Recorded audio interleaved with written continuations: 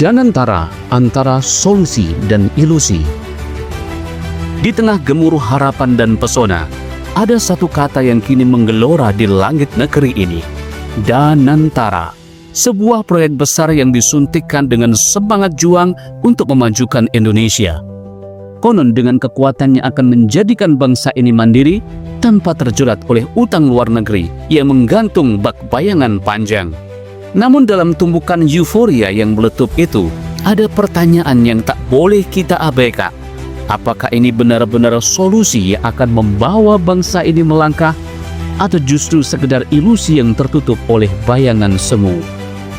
Danantara, sebagaimana yang dijelaskan oleh para pemimpin kita, adalah jawaban atas ketergantungan kita terhadap modal asing. Dengan asetnya akan dikelola senilai 14.000 triliun lebih dan harapan besar untuk menjadikan Indonesia sebagai raksasa ekonomi yang tak hanya berdiri tegak di atas kaki sendiri, tapi berlari mengejar cita-cita mulia.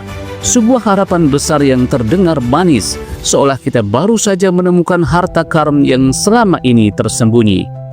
Danantara diharapkan dapat mengelola dividen dan aset BUMN dengan kekuatan sebesar itu untuk menggerakkan sektor-sektor vital yang selama ini menjadi mimpi yang tak kunjung jadi kenyataan. Energi terbarukan, pembangunan infrastruktur, hilirisasi industri, semua itu dipasang sebagai target besar yang diharapkan dapat menuntun bangsa ini pada masa depan yang lebih cerah, penuh kemakmuran. Sebuah harapan yang seakan mengatakan, ini dia jalan keluar dari segala kesulitan yang menghambat.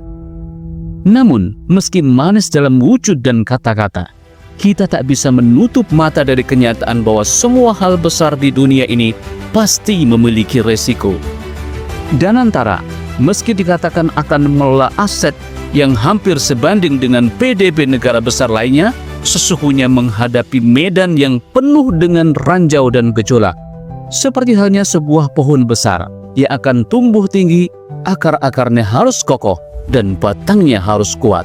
Tetapi, akankah kita siap dengan badai yang mungkin datang di tengah perjalanan? Di balik gemerlap janji dan strategi besar yang digadang-gadang, kita tak bisa melupakan kenangan pahit tentang masa lalu. Kasus-kasus mega korupsi yang menorehkan luka dalam perjalanan bangsa ini, seperti Jiwasraya, Asabri, Taspen, dan Pertamina, adalah cermin yang tak bisa dipinggirkan begitu saja. Apa yang kita pelajari dari semua itu?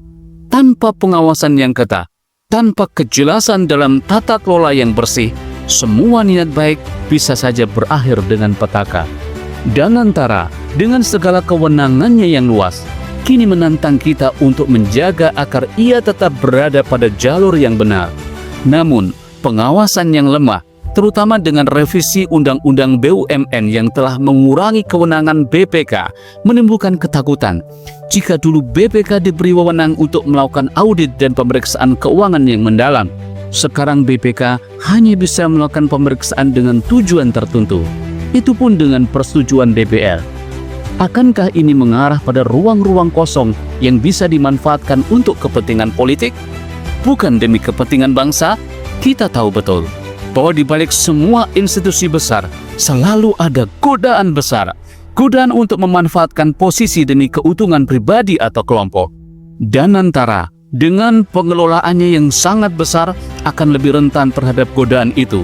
Dan apa yang bisa menghalangi godaan tersebut jika pengawasan lemah dan jika sistem hukum yang ada memberi celah untuk menghindari tanggung jawab? Melalui aturan seperti Business Judgment Rule yang memberi perlindungan hukum bagi pengelola meski keputusan mereka mungkin merugikan negara.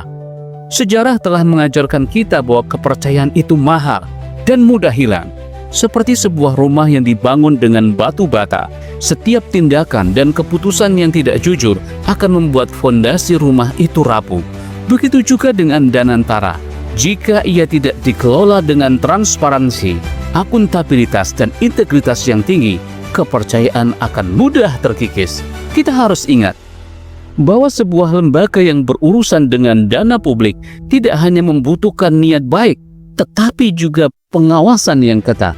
Jika kita kembali ke contoh-contoh masa lalu, bagaimana BUMN yang dikelola dengan cara yang salah malah menjadi beban bagi negara, maka kita harus bertanya, Apakah Danantara akan menjadi babak baru dalam perjalanan Indonesia, atau hanya akan menjadi salah satu dari banyak ilusi besar yang hilang di telan waktu? Danantara adalah ujian bagi kita semua. Ini bukan hanya soal kekuatan ekonomi atau seberapa besar aset yang dimiliki, tapi soal bagaimana kita menjaga agar kekuatan itu tetap berada di jalur yang benar.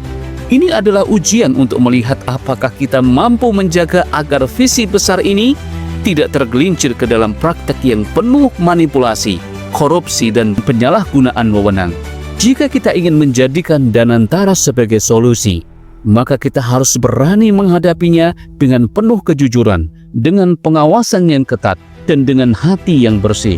Jika tidak, maka kita akan terjebak dalam ilusi besar yang hanya akan menambah beban sejarah panjang kita.